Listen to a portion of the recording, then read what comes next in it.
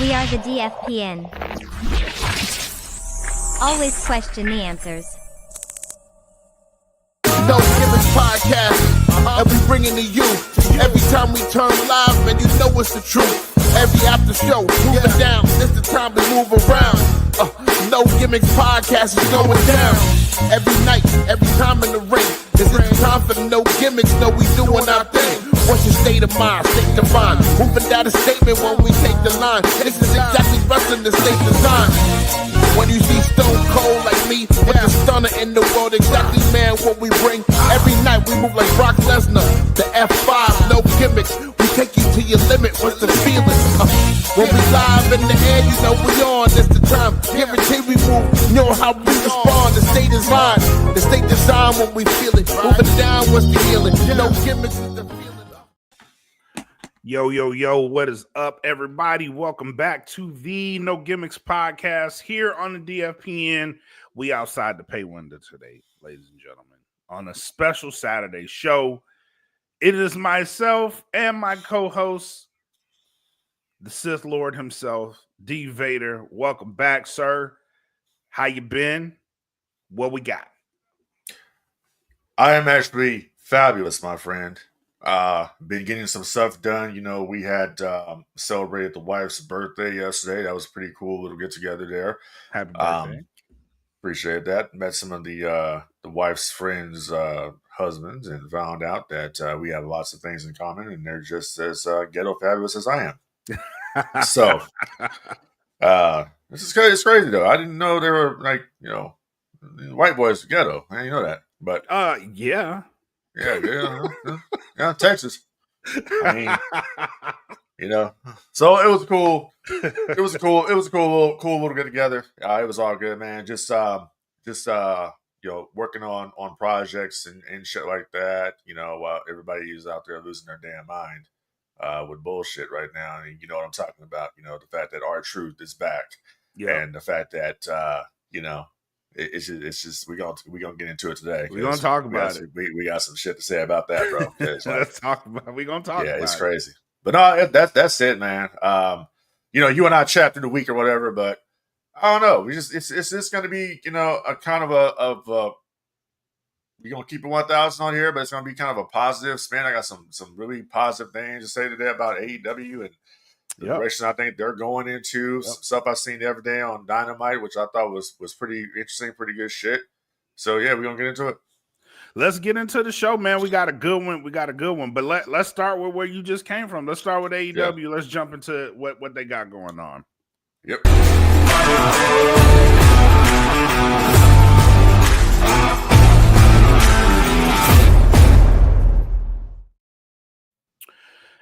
All In Texas is coming to Arlington very, very soon. And what I looked at a couple of weeks ago and how they were doing ticket sales wise, they still had about half the arena that were they still needed tickets for. I looked again a couple of days ago and they're selling out really fast. A lot of people have garnered interest for this one. They've announced some good matches. Kenny Omega versus Okada is going to be on this card. Hangman Page versus John Moxley is going to be on this card. And they're starting to gravitate towards Hangman Adam Page and wanting to support him. And there's been a lot of positive things going on with AEW, and there's been a lot more. I'm seeing a lot more people tune in. We had somebody from our group, shout out to Mac, that he tuned into AEW and he watched AEW and he dug it. And you're starting to see the tide kind of shift to AEW's way. Right. And I'm interested in your thoughts on this because me looking at it from my end, I'm like, dude, they're doing a lot of things right. They're going in the right direction. How do you feel about it? I mean, it's still to me a work in progress, but they're making the right strides to what they're doing. The fact that you were able to take Hangman Page, who was at one point one of the biggest heels they had because of the feud he had with Swerve, to then take him, and now the fans are showing empathy towards him and they're rallying behind him. and he's the number one babyface that's got to stop Jon Moxley and stop the Death Riders from the chaos that they've created in AEW. I think that's a wonderful story arc. Yeah. And it's a full-fledged story for Hangman Page of redemption is what it is. So I think they're doing a tremendous job with building this match and making this really important. The very, foundation of AEW is on the line here at All In Texas. This is the biggest show of the year for AEW, especially it's one of the biggest shows they've ever ran here in the state of Texas. Yeah. And as you mentioned, they've been doing improving the ticket sales lately because I think a lot of it is word of mouth. And I think a lot of people are realizing that, hey, this is coming up and it'd be kind of a cool thing to go be a part of. But also to say this, I wasn't initially digging the fact that MJF was aligned with the Syndicate. Me neither. I thought that was like, I don't get this. And we always harken back to when Owen Hart joined the Nation. Like he was invited to the cookout. You know what I'm saying? Right. So when it comes to what I saw the other night with the Syndicate and MJF with Mystico, of all people, that was a pretty good segment. Yeah. First of all, the match I thought with Mystico and Blake Christian was actually pretty good for what it was. But the aftermath is what got my attention when the Syndicate came out there and it's all four members, and they even got MJF's name on the graphic now, which I thought was a nice touch. Yep. And MJF actually, he kind of fits the Syndicate. But if you look at some of the moves that MJF is doing in the ring, it's kind of mimicking MVP somewhat. Like he's essentially took MVP's, like he's doing a ball in and all that shit. Now, like he essentially took, I don't want to be like foreshadowing here, but it's like you kind of took, you're kind of taking MVP's spot. Like eventually it's like, are they going to pull a move here where Swerve or MVP is going to be put out of the Syndicate and it's like they're going to side with MJF or like, yep. That kind of got me thinking there, but at the same time, I'm enjoying the ride that they're taking us on here as it relates to where they're going to go with this relationship. And I enjoy him calling Mystico Sloppy Sin Cara. Yep, because he was. Yeah. Yep. So it's just that too, real quick. It's all of that going on, plus my favorite trio in there, which is FTR with Stokely. I think tremendous shit. Now I gotta say something. Now I gotta say something. Go ahead. That doesn't make sense. Okay. Why is and I think I mentioned this to you privately. Why is Okada aligned with Don Callis' family? Was he part of the elite? Was he part of the elite? Speaking of the elite, he was part of Chaos. No. Okada. Oh, yes, he was part of the elite in AEW. Yes. Yeah, in AEW. Yeah, when he first came in, he's part of the elite faction with the Bucks and Jack Perry. It was all right. So all of a sudden now, okay, so he's not aligned anymore with the elite. Where's Jack Perry missing action? It doesn't look like the elite is around anymore. It's a Bucks, but the Bucks had this thing going on with Swerve, and the Bucks kind of have an alliance with the Death Riders. Everybody's connected in some type of way, which that's why I'm like I'm willing to see where this goes, because Don Callis hates Kenny Omega. That Okada is connected with the elite. The elite is in this thing with pretty much Ospreay and Swerve, and it feels like they're working towards an end game to where everybody individually crumbles. And people started taking, and I go back to this promo that Ospreay cut that he says, me, you, and Hangman, we can work together. We can start to work together. And I think that's where you're going with it, because you see him and Swerve with the elite. You see Hangman going up against Moxley. And you see Okada going up against Kenny Omega. And we may get to a point where they are all going to work together. They already had the Anarchy in the arena, and Swerve and Ospreay were at odds, but I think that match that they had on Dynamite brought them closer together. especially with the aftermath of that match. So the fact that Okada's aligning with Don Callis leads me to believe that we may see something on that front that affects him, because we know we have him versus Omega at All In. So I'm willing to wait and see where they go with this, because everything does seem like it's connected, but we need an explanation. And I think we need to get that explanation before we get to All In, because it could be a good story that we're just not getting the full details on. And that's why I'm saying I'm willing to be patient on it, but I'm with you. It doesn't make sense right now seeing Okada with Don Callis. It really doesn't. Unless he's like, I see what's going on. I'm getting the hell out of here. I'm getting the hell out of Dodge. And that could be it, but we need an explanation. Yeah, and it's like, so when is Blood and Guts? That's a good question. That's a very good question. And that's what we could be working towards. Right. Because it's like, you don't have that long to answer these questions. Right. We got, it's coming up, July 12th, so we don't have that long pretty much. We got to kind of get this story kind of going where we're going to go with this. Right. So I think that's go ahead. No, go ahead. I'm going to say, but the fact that we're actually like guessing on this front speaks volumes of what AEW's been doing, because it's like they're not just throwing shit together. Like, okay, I'm willing to give this a shot and see. It's where making me think of what it's like a mystery. It's making me think like what's really going on here, and that's good. Yeah, that's really good. That it's it's like we're not coming out here and actually talking about AEW in a negative connotation and kind of burying the situation. We're actually like, okay, this is intriguing here. What's going on here? Like, why is that? Like, it doesn't make any sense. Right. But still, why is it happening? Right. That's kind of where we're at here. So I mean, I'm in the long haul here with it. I want to see what they do, especially with them coming to Arlington to do this event. I think it's gonna look fabulous on TV. To be honest, yeah, it's me look too. Great. Me too. So that's what I think they're gonna pull off. And you ain't got to fucking mortgage your house to get to it either. Yep. Hell yeah. But AEW, for me, I'm willing to give them a shot and see where they're going with this. I do like the fact that All In has gotten this buzz that they have gotten. Plus, they've added Starcast. Starcast is coming back. There'll be a 2-day thing with that.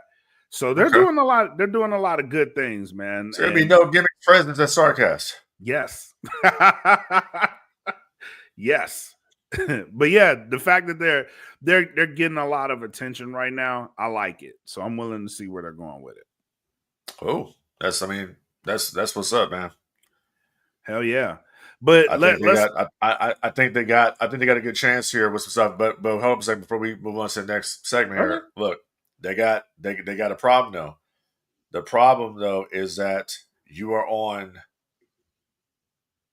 July 12th, counter programmed against Saturday Night's Main Event, the final match of Goldberg, and that's going to be an issue for them, and that's why I'm talking about this morning on the podcast. Like AEW, you got to put your best foot forward. You got to put your best stories out there. You're up against the monster that seems to have it out for you. Yeah, this is like this is coordinated attack here against AEW with this counter programming. And there was a story that it was actually Nick Khan that's been pushing for this to counter program AEW. Yep. I don't know if that's the case or not. I think that goes a little bit deeper because it was going on before Nick Khan ever got to WWE. So this is an old trope that they used to do back in the day with Jim Crockett Promotions and any other wrestling territory out there. The Von Erichs, whatever. Yep. They used to always run against something like this, AWA, whatever. There would be some times, bro, when AWA would they were in Minnesota, and Minneapolis, and AWA would be running a show, and the WWE would be in the same town running the same show, and have more AWA stars on a card versus Verne Gagne. So this is something they've done for many, many years. They've been consistent at it, yeah. But here's the gag. Do you want to see Goldberg in his final match versus Gunther for the World Championship and possibly beating him for the World title? But essentially, what you're proving here is you took the belt off of Jey Uso. We'll get to that later. You took the belt off of Jey Uso, basically to materialize this match with Goldberg. That's what it was. Yeah, so, pretty much. And we'll get to it because Rikishi has something to say about that. I thought it was pretty. Yes, he did. Yes, he did. But if you're asking me, if I'm looking at this All In card so far, I'm watching All In. I don't. And you've already proven that with a Saturday night main event that was not up to par for me. So I see in the comments, real quick, somebody says Vern hated Vince. He did, and you know what's funny? When Greg Gagne, his son, says he got a call, like way back in the day, he got a call about them wanting to induct Vern into the Hall of Fame. And then his dad says, why the fuck would they want to do that? It's like, why the hell would they want to do that? Like, I hate his son. I tried to stop his son. Yeah. That's the thing. Like, if there's a documentary called the Spectacular History, I think it's called The Spectacular History of the AWA or something like that. It's on the WB Network. It's on Peacock. Very good documentary. It talks about the entire thing. It talks about how they had Hogan and then Vince met with Hulk and stole him away from Vern. And it's just a crazy, crazy time. That's what I'm saying. Yep. This predatory behavior by WWF has always been there, and it's going to continue to be there. But it's time for AEW to just step up and say, listen, we're not going to be the Jim Crockett Promotions. We're not going to go out like that. Which in reality, if I'm just keeping 1,000 right quick history lesson, people, Jim Crockett Promotions put themselves out of business. They did. Vince played a role, but they overspent. I mean, what's the story that Dusty always said? Yeah, we were sitting in the office, and Jim Crockett comes into the office, and he goes in there, and he sees the man with the money. He goes in there, and he says, he comes out, and he says, "Why is a ghost?" And he says, "We're $4 million in the hole." Oh shit! That was it. Yep. Hell yeah. Let's go to these comments. CJ, welcome to the show. CJ says, morning, welcome. Max says, I've moved to prefer AEW shows during counter programming than checking the WWE one the next day, which we may get into that situation on this front too. So Bill Bakken, what's up, Bill? He says Gunther versus Goldberg is going to appeal to anyone that's interested in All In. I absolutely agree with that. Yep. Definitely agree with that. And then CJ says that relationship was rushed. Rumor was that Vern put out a hit on Vince back in the 80s. And then we got somebody, hey, from Malaysia. I can't understand what you're saying, so I ain't gonna put your comments up, but welcome to the show. Hope you're enjoying it, man. Shout out to Malaysia. We're going global this morning. Well, so what he's referring to right quick is he says Vern put a hit out. Yeah. He did. So the hit was on Hogan. Vern says okay, so Vern told he was gonna give Sheiky Baby $100,000 to break Hogan's legs. He says, Baba, I give you $100, $100,000 to break his legs, baby. And I told him no, I don't do that because he's gonna take care of me. And Vince didn't take care of Sheik. Nope. That's the problem. Because what would he say? He was like, I go in there and beat that Hollywood Ron Jabroni. All of it, that's what he would say, right? Yep. And then he says, Sheiky, baby, I love you. No. And Sheik never got his win back in that. He was so pissed about that shit, bro. Yep. He was so mad. I mean, he had the whole fucking shit going down. And then he said he's going to get that push after. Like, he's going to get that return match. But it's like, no, dude, we're coming off the WWF era pretty much, and we're going into this new shit, and Sheiky Baby wasn't a part of that. But yeah, Vern Gagne put a hit out on Hogan, told Sheiky Baby, I'll give you $100,000 if you break his leg. Because first of all, Vern was so pissed that Hulk left to begin with. Because that's where Hulkamania started. Well, here's the thing. I'm going to agree with the Hulkster on this one. Mm-hmm. You're not going to tell me, like, first of all, you sold a bunch of my merchandise when I went to Japan, and you wanted to keep all the money to yourself. Point. That's the thing right there. That's number one. Number two, he says we sat around and book the entire month's events coming up. Hogan on top with Nick Bockwinkel. That was what they were doing. Then he started having these problems, and Vern wanted to kind of like run Hogan. No, Vince McMahon, Vince Senior, or Vince Junior, I should say, found out about this, called Hulk and said, "Look, dude, I got this thing we're going to be doing. I got this concept. I want you to be a part of it." Hulk said, "Fuck yeah, we're going to do it." Well, nobody told Vern. So they're sitting around, waiting for this event to come up, and they get a postcard from Eddie Graham. And Eddie Graham, from Florida, said, "Hey, just so you know, Hulk's not going to be there."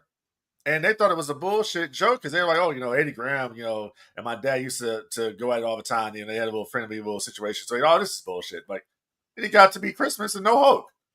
it's like Greg Guy says, we call Hulk. It's like, Hulk, where are you supposed to be here? You didn't get the postcard? What postcard? Like, brother, I'm not coming. Well, you're booked on the show. Brother, I'm getting paid more money not to be there. Yep. Same thing with Mean Gene Okerlund. Mean Gene told me the same thing. I'm getting paid more money not to be there. Bobby Heenan, they said Bobby the Brain Heenan was the only person that fulfilled all his obligations for the AWA before he went to WWF. It was Bobby Heenan. Because Vern Gagne, look, ask Jerry the King Lawler when they did that show back in the day. It was that pay-per-view. It was the Super Clash. It was Kerry Von. Dude, have y'all ever seen that match? Kerry Von Erich versus Jerry Lawler? I've heard about this match. I haven't watched it. You gotta fucking find it and watch it, bro. Like, it is crazy. Blood all over the place. But they did this, and it was a joint situation with with Memphis and the AWA. They work together a lot. Yep. It was Memphis territory, AWA, and World Class. It was all of those organizations working together. Yep. Vern didn't pay anybody. He took all the money and kept it for himself. Jerry King Lawler, to this day, bro, we in 2025. Never got his money for that show. He kept the belt. He kept the world title. He kept their AWA belt. Never got the money from Super Clash. History lesson. Yep. What did they say that? Don't be a menace to South Central? Knowledge or something Message. Like that. Message. There you go. That's message. That's the gag. Message. But on that note, let's go to WWE because there is something that you said, and I do want to bring this up. Wait. Hold on a second, bro. Hold on. What did he say in his comments? I'm saying like I'm saying a bunch of shit in the comments. What is in the comments? That's why I said I ain't putting all that up, but broke his leg before WrestleMania. That was that's what you're trying to do. Was. Yep. That's what you're trying to do. Yeah. They was ruthless, bro. Like they were crazy. You like hear these stories, hear people like Cornette talk about like when you were a heel back in the day, and people be pulling guns on you and wanting to like bro, kill especially you. in Memphis, in the Memphis territory, bro. They had people you had to be on your shit because the storylines had them people hot, bro. Yeah. If you Jimmy Hart, he tells some stories like his stories about that time. And the Memphis territory, he was like, man, bro, like we had to sneak out the back door a lot. That's how much heat they had. Yeah. That's called heat, bro. Yes. Yeah. But we go. Hell yeah. But yeah, great stuff. Great stuff. Let's move to WWE real quick because before I lose train of thought on this one, I do want to jump into this and we got to talk about this one. Let's go.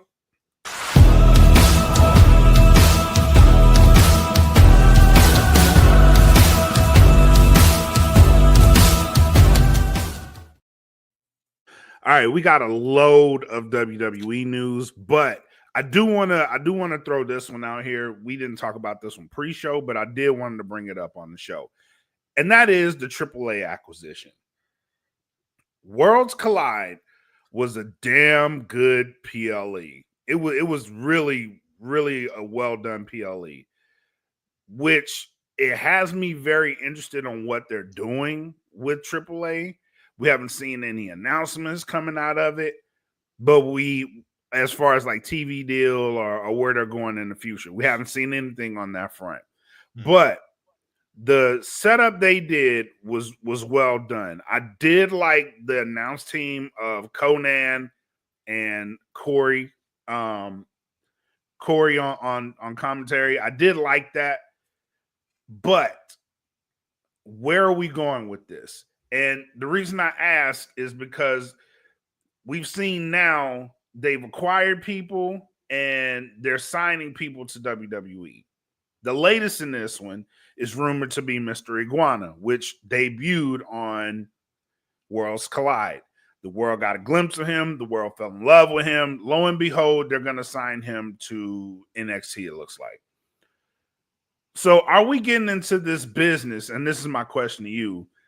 It doesn't seem like they want to stand up these companies. It looks like they want to acquire these companies, and whatever talent is popping in these companies, they're looking to sign them to WWE. Is that the case, or am I off? No, you're exactly right. They're doing essentially what they did with WCW. Right. What did they want with WCW? They wanted to acquire. Well, they wanted the videotape library. Right. They wanted to pick up the contracts of some of the cheaper talent that they can get. So that's where you would get the Billy Kidmans that would come in and the prime time, Eva Skipper and all these different cats, the Lance Storms and all these guys. They were on the lower end of the contract scale, so they were able to pick them up and acquire them. That's exactly what they're doing. They wanted when they originally acquired WCW, they wanted to have WCW be its own thing. That's what Vince wanted, right? Okay, same thing with AAA. They wanted to acquire this one because they've always wanted to what the hell? Oh, putting up comments. Okay. They always wanted to go into they always wanted to go into Mexico. Like WWE has always wanted to get into the Mexican market.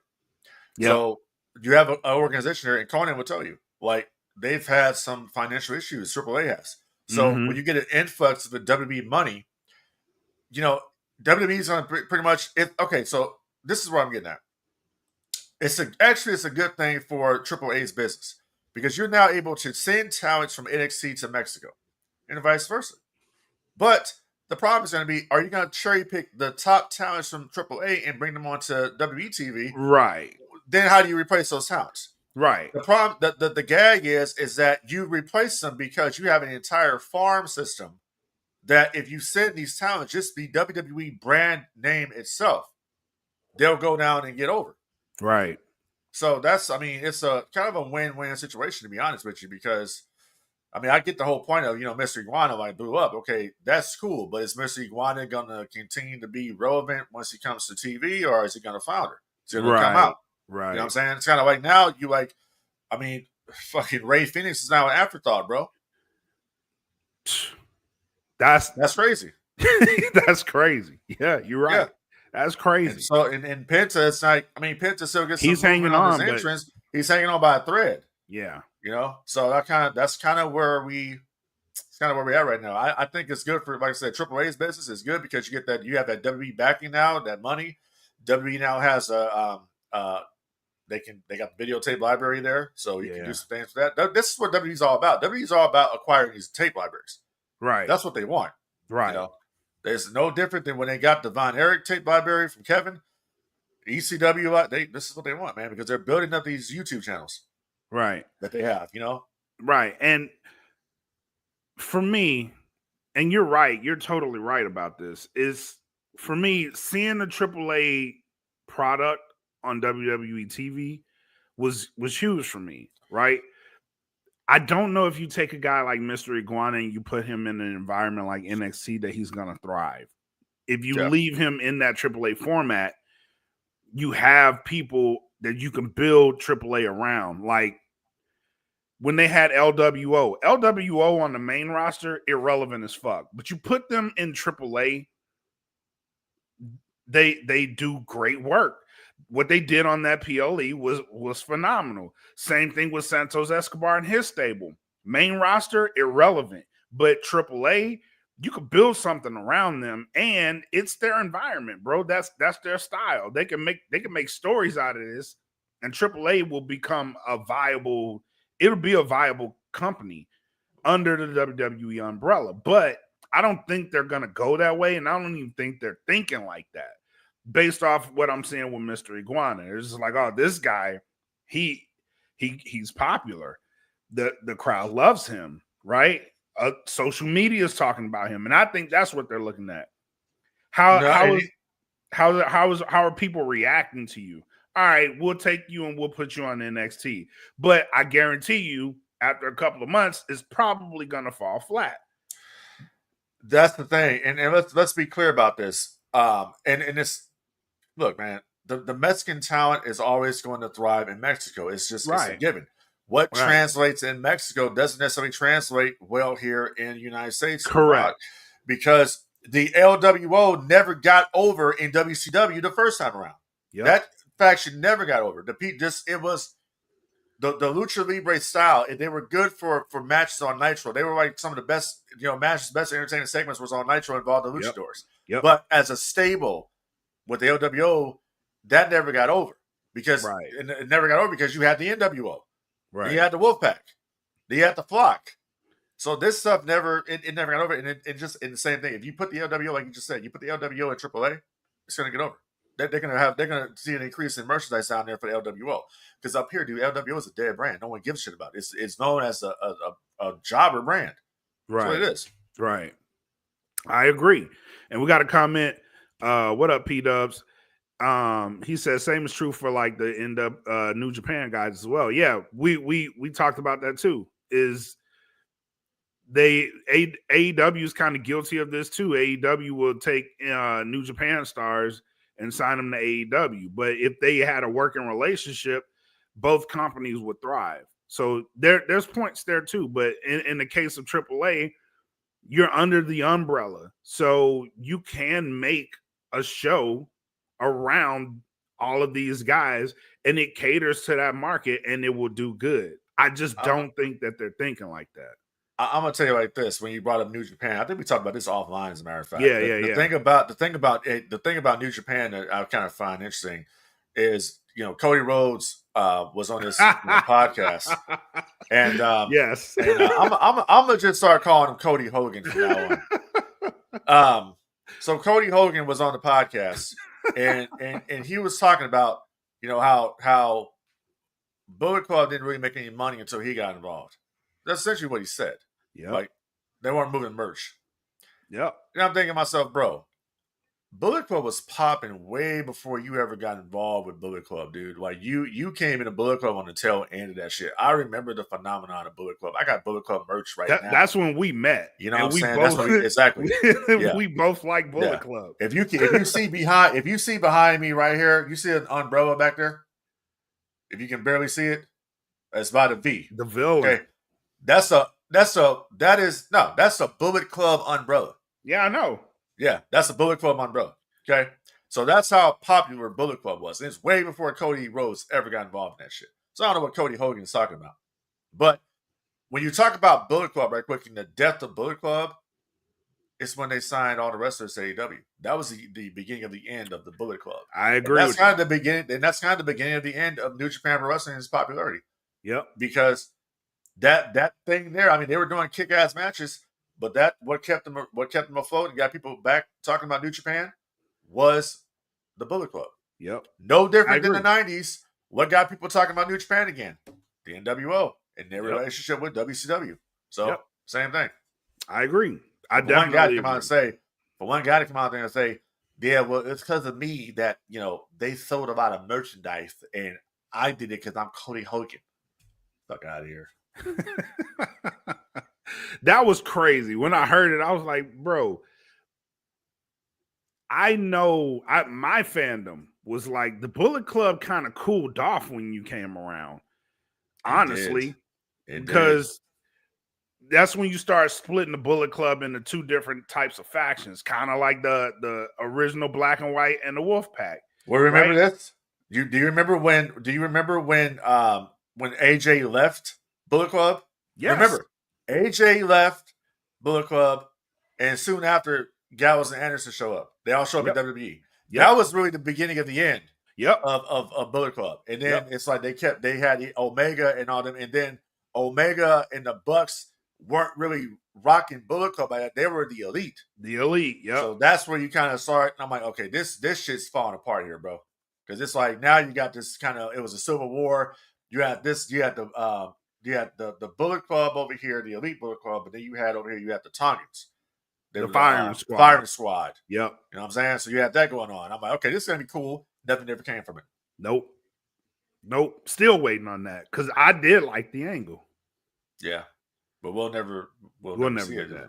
We'll never get it. We'll never get that. But yeah, for Cody to say that was wild. That was crazy. What's like, what's these comments here? I'm seeing them pull up. I just can't. Oh, so that's P Dubs. He said he got Bullet Club tattooed on him. Ah. And then he said Damian was looking at Cody like, "Why you capping?" He was. He was like, "Bro, yeah. what?" Yeah. Like, look, Cody Hogan, like, bro. He's like, "Hey, whoa." And he said, "Yeah, and Trash Club just ain't doing it. You can't go from guys like Balor, Omega, and White in with Dave Finlay, and that's where we are now." That's kind of what, and the popularity is just it's just not there anymore, bro. Like you don't have been there for a while. Right. You don't have a guy there. If there was a guy there now, it probably would be Gabe Kidd, but he's not in Bullet Club. So you always needed that one guy that was like the shit, but you don't have that anymore. So, and if they did, even Gabe Kidd showing up in AEW. So it's like, but AEW has that relationship with New Japan. It's like, okay, you got the Death Riders angle going on here, and then like the Bucks would go, well, we got to stop this. How do we stop this? What are we gonna do to stop this? Oh shit, we know what we're gonna do. We gonna hook up with Anderson Gallows. We're gonna be Bullet Club. right. Bullet Club's coming to AEW. Yep. That's what you would do. That kind of works out. Yep. Oh look, P Dub says Gabe Kidd is in the club now. Goddamn. Well, see, there you go. There you go. Wait. So he says he's the underboss. Oh, so is Bad Luck Fale involved in Bullet Club? I don't know. I haven't seen Fale in a minute. And to that point, I haven't been keeping up with New Japan that much either. Yeah, honestly, when AEW came along, I buy New Japan. Japan. I tap in from time to time, but it's nothing like it was. I had the subscription because we went to the shows, bro. Yeah, I was like, bro, I gotta be locked in because they doing some good shit, and it ain't like that no more. We went to the show. Going to that one on Long Beach. This right here. Yep. This is the ticket to that show. I still got mine too. Yeah, that's the ticket. I still got mine too. But yeah, it's like that, and bro, that card was crazy. It was. If you go back and look at that card was. I think Marty Scurll versus Will Ospreay was on that card. Yeah, it was Young Bucks versus God. Yep. It was Cody Rhodes versus somebody. Cody was there with Brandy. Yep. And JR was on commentary. Yep. And that's one of the last shows that they were at. And I think Tony Khan was at that show too. So yeah, crazy show. That card was phenomenal. Yeah, it was good. Yeah, hell yeah. But let's jump back. Let's jump back into the conversation because we got to hit the meat and potatoes. Yeah. Jey Uso lost his championship right on a random episode of Monday Night Raw. Right. And I'll be honest, I didn't see that coming. I didn't see it coming. But another person who didn't see it coming and had some shit to say about it was Rikishi. And to his point, I gotta kind of agree with him. He was like, bro, y'all could have did something more with his championship reign. Y'all could have put him in some more meaningful stuff.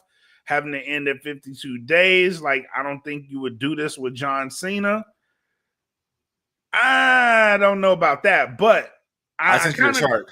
Yeah, I know. I'm gonna bring it up. But yeah. On is that I asked this to the group, is this him being a dad in his dad phase, or is what he's saying really valid? Bruh, the man went out there and said you wouldn't do this to John Cena, you wouldn't dare do this to Randy Orton. So why is it what do you got against my boy? Right. Now he didn't say my boys because he didn't say nothing about Solo or Jimmy. He said, right. What do you got against my boy? Look, we keep it 1,000 on this podcast. He's pointing out the bias of what's going on here. Is there some racial bias going on here? That's what Rikishi's saying. What do you got against my boy? We've been hearing the stories. You and I, we talk about these things. It's no secret about like what's going on here. You know what I'm saying? So my thing is like you did this to put the match on with Goldberg versus Gunther. Yep. Like, bro, why didn't you just let him drop the title? If he was on drop, and I can't believe I'm actually going to say this. He should have just dropped the damn belt to Logan Paul. If he was going to drop it to anybody. Oh. I can't believe I'm saying that. Oh. But the Logan Paul Goldberg match sounds way more appealing to me than Gunther versus Goldberg. And it would have been more of a draw. That's a fact. That's just me, though. But I'm going to tell you, they got to do something with the booking here, because you're across the board. There's a lot of names missing from this situation, this equation here. The math ain't mathing to me. So when it comes to Jey Uso, you gave Jey Uso the Royal Rumble win because he was yeeting and it got over. That's why you gave it to him, which is okay. That's cool. But you knew his title win didn't mean shit when they put the Elimination Chamber on, and that became a bigger deal. Because remember, oh, you're right. You used to go to, it used to be you win the Rumble, you get the main event at WrestleMania, right? Yes. Bro was not the main event of shit. You're right. He wasn't the main event of night 1. He damn sure wasn't the main event of night 2. His title match became second class citizen pretty much. He opened the show. You opened the show. Yeah. Not even giving bro the courage to say we're gonna build 2 main events. One's gonna be, and I'm sorry. I thought that was the entire reason of having 2 championships. Was one's representing one show, the other representing the other show. Why not do WrestleMania where you have the Raw titles defended on night 2, the SmackDown belts defended on night 1? Okay, I think that's I don't know. You have Jey Uso versus Gunther. That's your guy. That's your guy, right? That's how you end the night, with Jey Uso in the ring with Jimmy Uso, celebrating the championship win. You can even bring Rikishi out there in the ring. That was a good moment too. You can even have Solo out there, like looking like, what the hell? You can have Solo in the role of Owen Hart when Owen was out there when Brett won the belt at WrestleMania 10, when all the wrestlers were out there celebrating with him, and Owen's like, what the hell? I just beat you earlier tonight. They missed so many opportunities here with Jey. And then Jay's back teaming with Cody. Then Jay's back teaming with Seth. And then all he's doing is yeeting. And the promo ability is lacking now. It's like they put they put the weight on Jey Uso's shoulders, and Jey Uso he couldn't handle it. It's like what happened with Eddie Guerrero. Same kind of situation there. And you had nothing for him. Creatively, you had nothing for Jey Uso. Jey Uso was not given great storylines. He was not given world caliber matches. He wasn't given that. You did the same shit to him that you did to the Ultimate Warrior back in the day, when Warrior had nobody to work with, when he won the belt. What did you do with Warrior? You put him right back in there with Rick Rude. Yep. You had nothing for Warrior. And then you say, well, why did Warrior founder as champion? Because Warrior wasn't, he couldn't carry it. It's like almost like you set him up. Same thing here with this dude. Same thing here with Shawn Michaels. When Shawn Michaels won the belt in '96 from Brett, who did you put him in the ring with? He had nobody to work with. Because Hall and Nash were going to WCW. He had one match with Nash. Good friends, bitter enemies. Yep. Remember that? Yep. And after that, you had nobody. He was working with Sid. You know, you would think when Brett came back, you were going to have the match with Brett and Shawn. That didn't happen because they didn't want to work with each other. Same thing with Jey Uso. Who did Jey Uso work with this entire reign? Can you name me one standout match that Jey Uso has had that they put on? No, other than maybe Logan Paul. Yeah. And if you go, and it's like, why would you not continue that story? And then you say, okay, well, the hell with this. We're gonna have Cody Rhodes come back, and Cody Rhodes, instead of going for Cena's world title, we're gonna have him. I want a tag team against you and Logan Paul. What? That to me didn't make any damn sense either. So I don't know. So to me personally, Jey Uso got screwed over, and that's how I feel about that. And I'm a stand on that. He got played. They gave you the belt and took the belt off of you because we got bigger plans. We got bigger stars. Yeah, you're good for yeeting. That's good. You sell a lot of merchandise. Cool. But merch. You're not championship material. And I'm sorry, the World Heavyweight Championship doesn't mean shit. They've already told you it doesn't mean shit. Because you know how it doesn't mean shit? Because during Monday Night Raw, when CM Punk was out there with John Cena, Seth Rollins came out there and says, I want to cash in this match. He didn't come out there and say, I want to cash in on Gunther. I didn't want to cash in on Jay. He went right for the big dog. Yep. Why is that? Isn't the World Heavyweight Championship the WWE Raw title. the Raw title? Yep, Why it would is. he not want to cash in on that? That is, bro.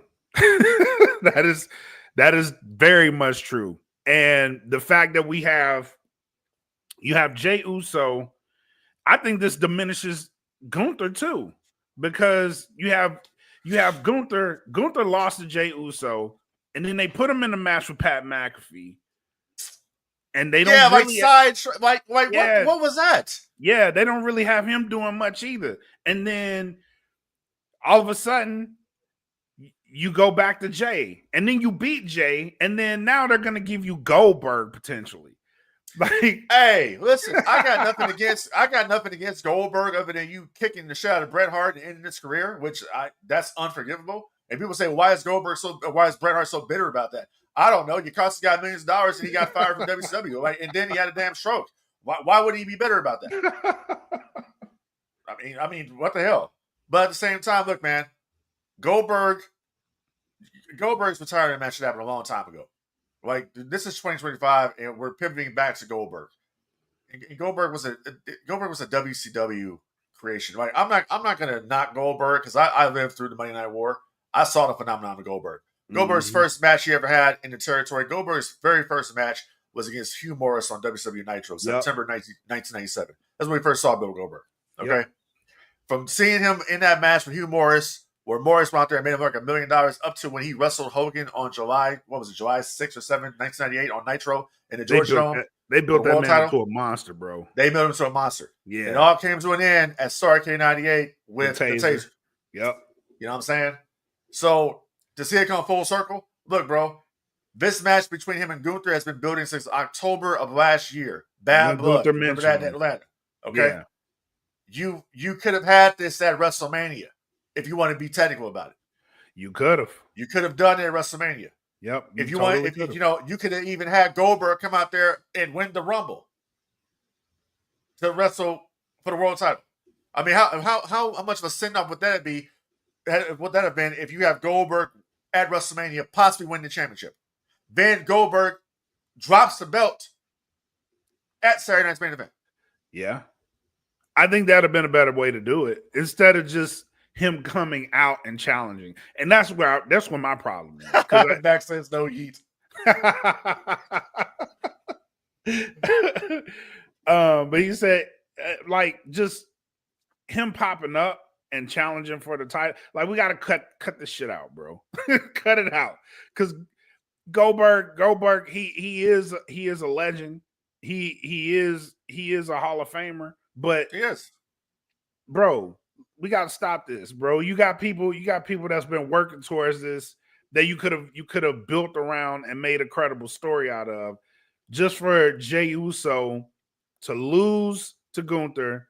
And then, bro, if I see Goldberg pop up and challenge Gunther for this title, yeah, I'm watching all in, bro. Well, you know what? But you know what's okay. So let me ask you a question right quick. What would have been a bigger match? Would it have been Goldberg versus Logan Paul? Would it have been Goldberg versus Gunther? Or could you have possibly put Goldberg in there against Jey Uso? Because you got to have Goldberg there somewhere. Now, I think if I'm Jey Uso, I'm like, dude, this is like, for Jey Uso, this would be like probably a dream come true. You're wrestling Goldberg, like one of the biggest stars of the Monday Night War. Like that's what I'm saying. I'm not gonna disparage Goldberg for the impact that Goldberg had on the business. My thing is this, bro. The impact he had on the business, and coming back here, you kind of disrupted what's going on here with Jey Uso. Like, I don't know, bro. It's like this is the shit. I don't know. Somebody put a torch to this. Like, it's the Death Star, and fucking Jey Uso was on. Jey Uso was there, or was Jey Uso on Alderaan, and they decided to blow it up, and the world title was gone. Shit. Look, we got to comment Goldberg versus Gilbert. That's money. Book it. That's money. That is money. But hey, I saw an interview with Dwayne Gill, and Dwayne Gill says even to this day, I mean, he said he's cordial with Goldberg, but Goldberg don't really fuck with him because Goldberg's so mad about that Gilbert thing. Bro, that shit was hilarious. I ain't gonna front. It's like Goldberg, like, dude, it's just a like, you in the business, bro. It's a gag. Like, what are you talking about? Don't be mad at that. Y'all was doing the same shit. He wasn't, but Goldberg always took it seriously, though, man. Yeah, like, I know. He don't like that type of shit. I know. It's like when he came over to WWE, he was like, you know, he was still mad about that. Like, but you weren't mad about them putting you in a gold wig or blonde wig. You weren't mad about that. Nope. Because it's money. You're paying. But real quick, going back to it, do you think there's some? Do you think that Rikishi's hinting around the racial bias? Because he mentioned 2 white guys. I think he does, but I also want to bring up this graphic real quick because we got to blow this theory out.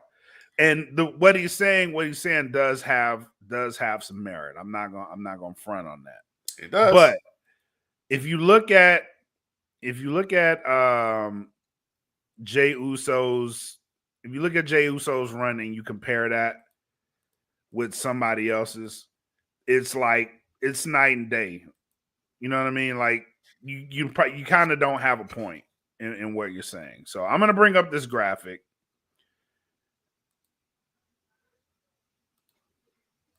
And we'll the graphic. Yep, here's the graphic. Hold on. We are waiting the graphic. Here's the graphic. So you look at John Cena's title reigns. And these are all of his title reigns. And you look at the amount of days. Jey Uso had a 52-day reign. Look at John Cena's title reigns.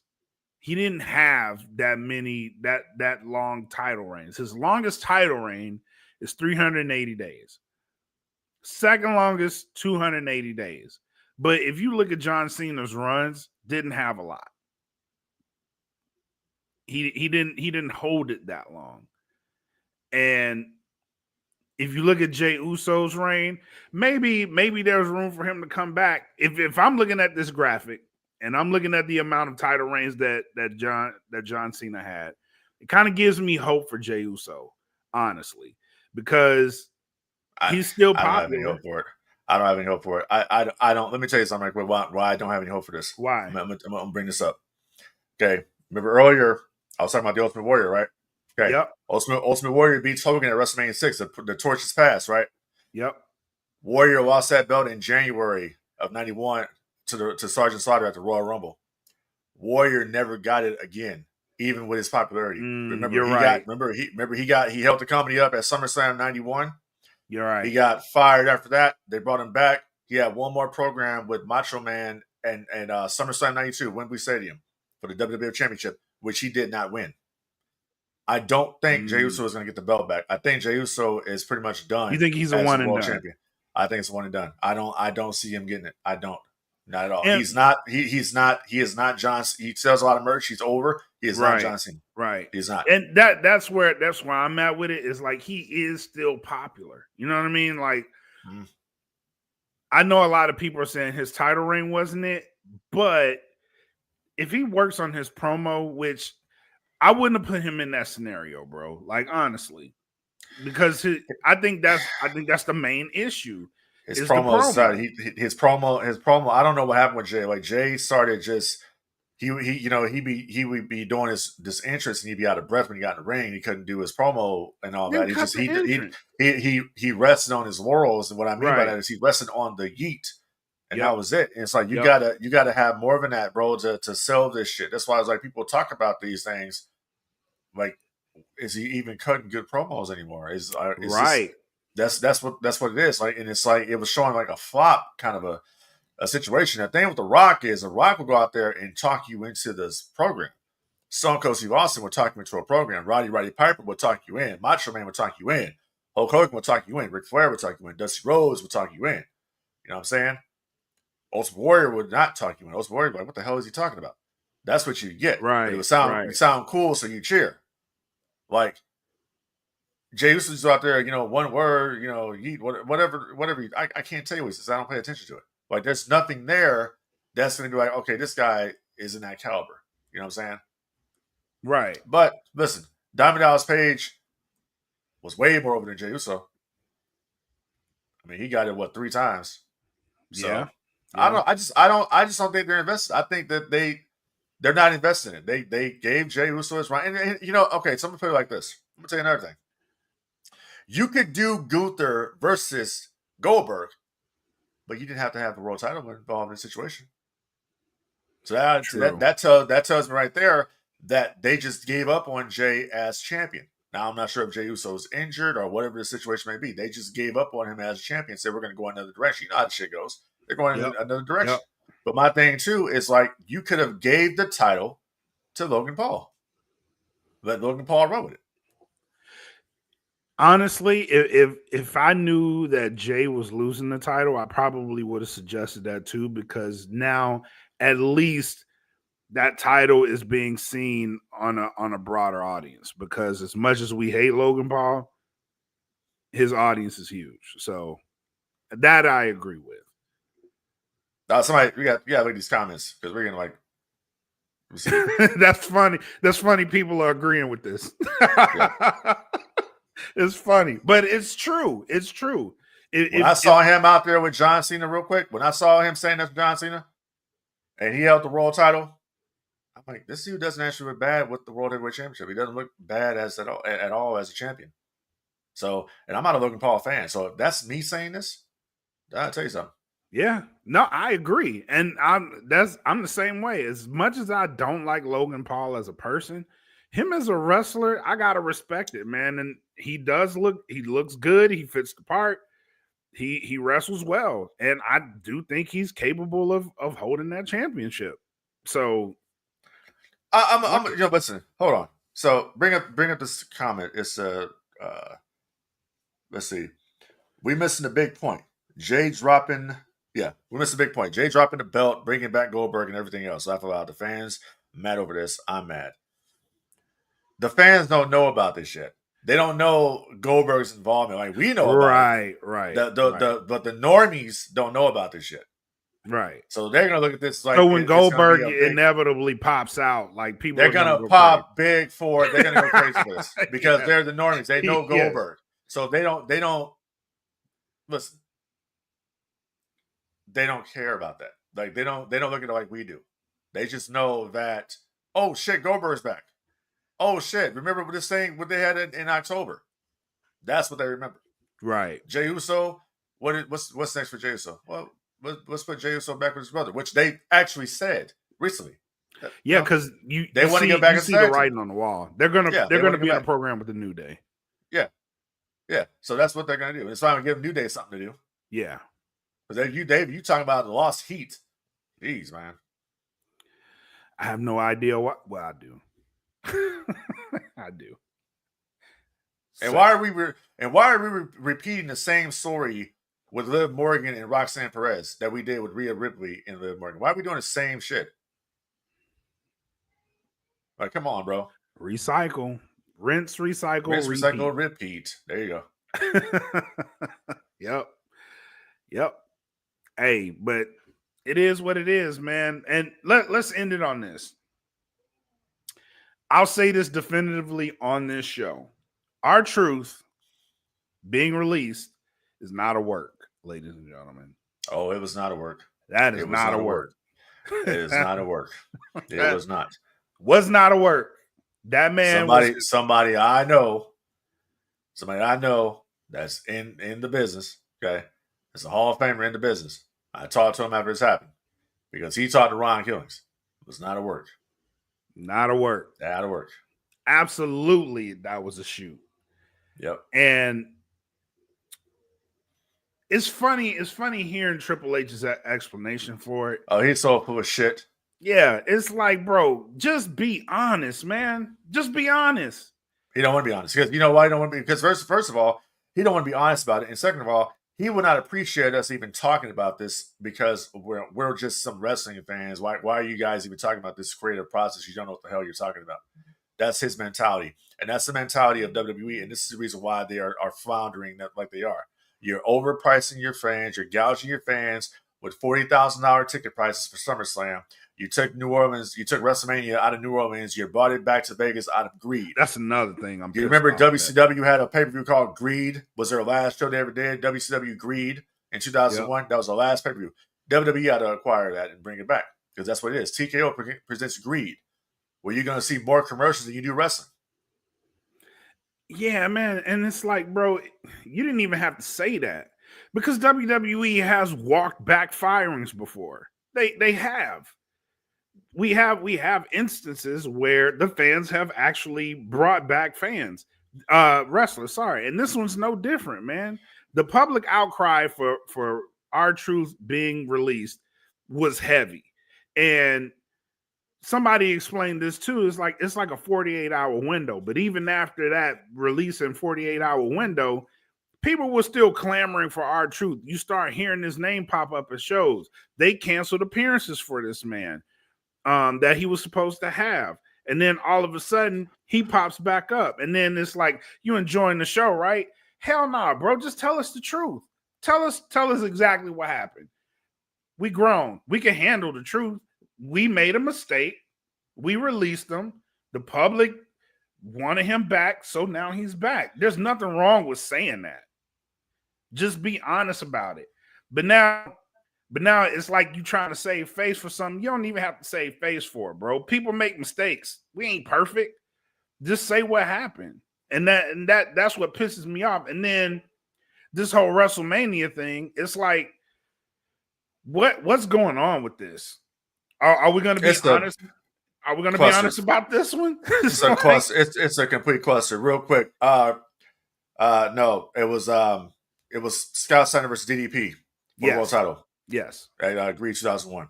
Booker T wrestled Rick Steiner, I believe. Yep. But no, it's a complete just backpedal.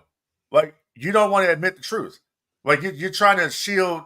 Listen, there is no kayfabe anymore. You know why there's no kayfabe? Because you guys told us that kayfabe no longer exists. Exactly. You came out in January and said, we have heels and faces, heroes and villains. And you exposed the business. You exposed it more than Vince ever did. We're in the real business. Remember, WWE Unreal is coming to Netflix. It's going to show you the whole creative process. What did they say in that screenshot? Oh, Cody's selling. Oh my God, Cody's selling. This is great. You're exposing this shit. So don't tell me it's all part of the show. When Ron Killings comes out there and says, I got released, his son comes out there and says, cap to Triple H, saying that it was a work. Yep. Come on now. If you're gonna tell us the inner workings of it, then be all the way honest, bro. Ain't nothing wrong with that shit. Because you've already conditioned us to the fact that some of this shit just ain't real and some of it is. Look, let me know. I'm gonna sum it like this. Y'all had a sheet up there, and y'all put everybody on that list of who y'all thought wasn't worth a damn. Ron Killings was on that list.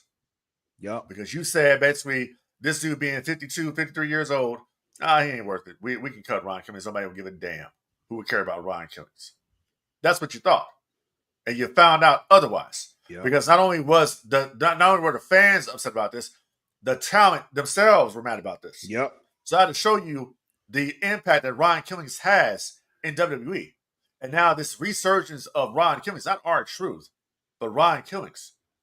Now, the fact that Cena is still working with Ron Killings, I'll tell you something. Because the story came out that Cena had found out about this situation with Ron, and he tried to boost him up. That's why he put him in a match at Saturday Night's Main Event, was to help boost Ron up. Yep. To show his WWE his worth. Cena sees it. Yep. But Triple H didn't see it. I'm sorry, he didn't. And he signed off on he didn't. He signed off on the shit. Yeah. So I know there's a lot of Hunter defenders out there. Hunter signed off on this. And then instead of coming out and being a man about it, you're trying to play this like it's a shoot. Trying to play like it's a work. When in reality it's a shoot. You fired the guy. Right. Because if it's all part of the show, I'm sorry. Hey, when's Carlito showing back up? Exactly. Exactly. Like you had, and no one's mentioning Carlito. And that's the wild part, right? And it's like, bro, ever since that shit happened with Bret Hart, the Montreal screw job, like I've learned there's certain people, like, bro, if their name comes up, chances are they're involved in this shit, bro. So, and he's one of them. If his name comes up and it has to do with some that happened to someone and he denies it, you got to look into it, bro. Because Ah, shit. Somebody said, I'm in the comments. It says apples are expensive. They can't afford Carlito. Hey, listen. It was at one point, in 96 and 97 that they were getting their ass stomped in by WCW. They couldn't even afford to refill the water machines at Titan Tower. Yep. That's real shit. That's a true story. Real shit. They couldn't afford to fill up the damn things with water, bro. That's how bad it got. But you listen to any interview Vince McMahon's ever done, Ted Turner, he was coming after us, the big billionaire. We're a mom and pop, we're a small organization. We never did nothing to nobody. Yeah. Bullshit. But and they can afford them apples. Yeah. They got I bet you go back there and cater and there's sliced apples everywhere. Hell yeah. But and this is the difference between the WWE and the WWE under TKO. Yeah, that's the biggest difference. You're seeing it in real time. Well, no, not really. I'm not gonna go that far because they've released a lot of people before TKO even came in. So they've been releasing people. It's just this time around, this fan outcry has been successful in bringing someone back. The only person that's ever left a company that people chanted their name was CM Punk. And I think maybe Bray Wyatt. He was the only other one that I remember. Yep. So the fact that the fans had a voice to bring him back, that's never happened before. So when Triple H would say, "Oh, you enjoyed the show? So a part of the show." Yeah, so a part of the show. Oh, and Matt Hardy. Matt Hardy. Yep, Matt Hardy. Yeah. Yep. Yeah, Matt Hardy. When he was one of my examples. Yeah. He came out there and yelled ROH. Oh shit. Was this part of the show or not? Hell yeah. Well, when Matt Hardy came back, it was all part of the show too. Just be honest, bro. That's all we asking. That's it. I can't be honest with you. You're just a fan and sit back and shut up and enjoy the show. Enjoy the show. Exactly. Shut up and enjoy it. Breaking records, but can't keep your people, man. We're doing tremendous business right now. I think I know what I'm doing. Selling out gates. Selling out the gates. Do you hear the concert out there when the wrestlers come out there? It's one big concert. If you come in this arena, you hear the fans. They're pretty happy. Yeah, exactly. Those damn guys over there, those No Gimmicks podcast, they're out there killing the cave. They were killing the business. Like, go ahead and shut them down right now. They can't talk about me. I'm the king of kings. Hell yeah, man. Well, let's wrap this up. Let's get to our final let's go ahead and wrap it up. The final shots. Absolutely.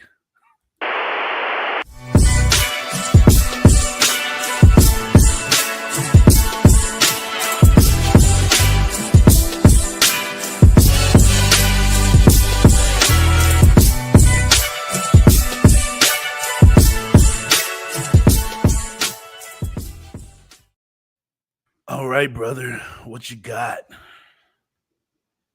I am the game.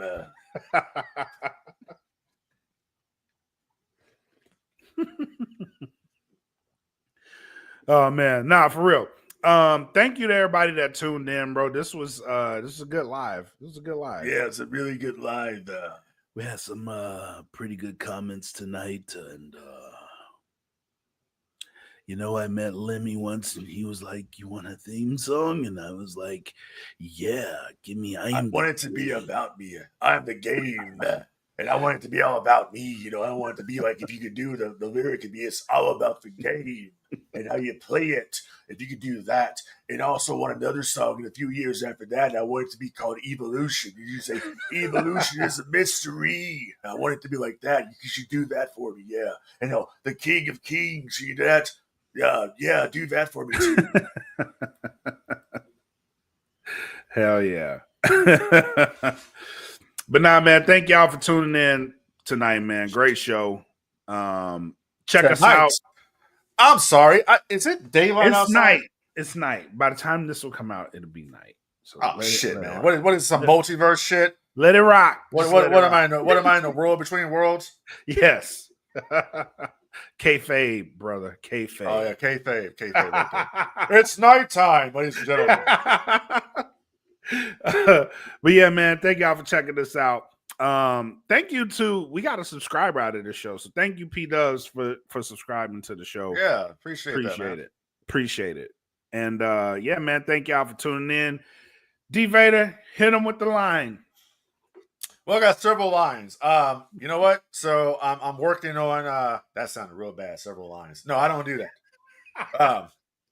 No, we don't do that. So basically I'm still working on the Kenobi Vader helmet. Still doing that process, whatever. Painting it the other day. The weather here in Texas fucked up the paint job, so I got to go back and strip it. So, yeah. But anyways, still working on that. Also, don't forget to help control the pet population. Have a pet spayed or neutered. That's the line that D. Vader says on the podcast. That's my line. It's never been said before. Looking at you, Bob Barker. Anyways, that's the line. That's the gag. Other than that, appreciate the support out there. Appreciate it. This was actually a fun one here. You know, we've actually kind of got no gimmicks rocking on Saturdays. I just think it fits because we can have all the bullshit that goes through the week, and we just talk about it here. And it's cool to have this interaction with people, and this is a great thing. I enjoy it. I really do. Me too, my man bro. back here, Fun show. My man back here, Darth Vader. Hey, did you guys see the CM Punk reference to Vader in Obi-Wan last night on SmackDown? That was actually pretty good shit. I enjoyed it. That was my favorite part of the promo, of course. Good shit.